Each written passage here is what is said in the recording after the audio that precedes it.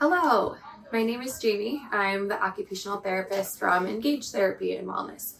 Today we're here in our kitchen and I'm going to talk to you a little bit about cooking safely in the kitchen over the holidays.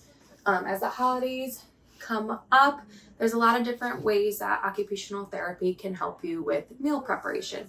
These are going to be just some of our tips and tricks. First step is to clear enough space in the kitchen and avoid clutter. Here we have wiped off the counters to make sure it's nice and clean, and we've organized things so that there's a lot of space to prepare our meals first to start. Next step is organizing all of the items so that you have them nearby for what you're going to use.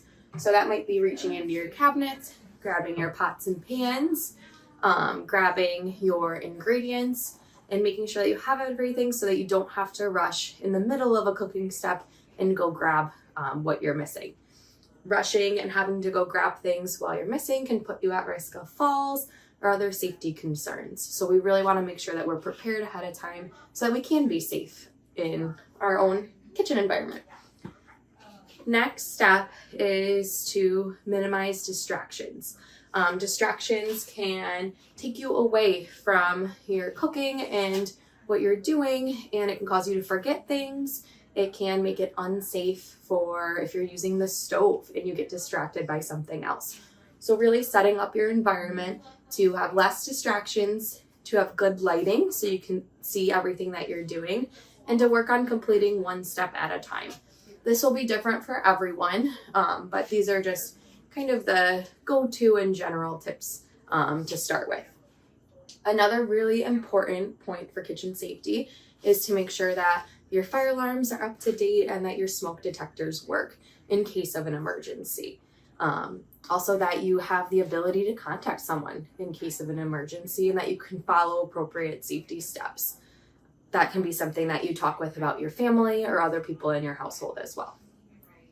Another step to help you with preparing for the holidays and cooking for your family or for yourself is to use appropriate tools if needed. This can be cut-resistant gloves. It can be one-handed cutting boards to help you with cutting, knives, silverware, spoons, forks, or equipment with larger grips, or different types of utensils like a rocker knife. Again, these are all different for everyone, but these are some just general strategies to help. Another tool to use to help you be safe in the kitchen is to plan what recipes you're using ahead of time.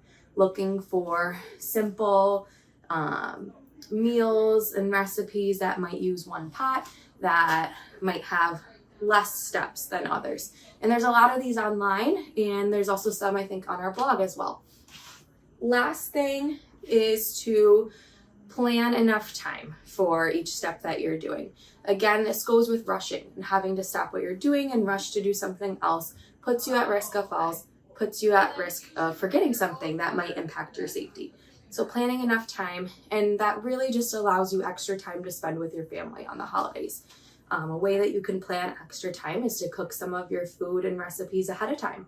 Cook them in bulk and freeze them, and then on the day of the holiday with your family, it's much more simple to just reheat what you made and to have it for leftovers later in the week. So those are some strategies. I hope it helps. If you have other concerns, there's a lot of other strategies that occupational therapy can help you with over this holiday season.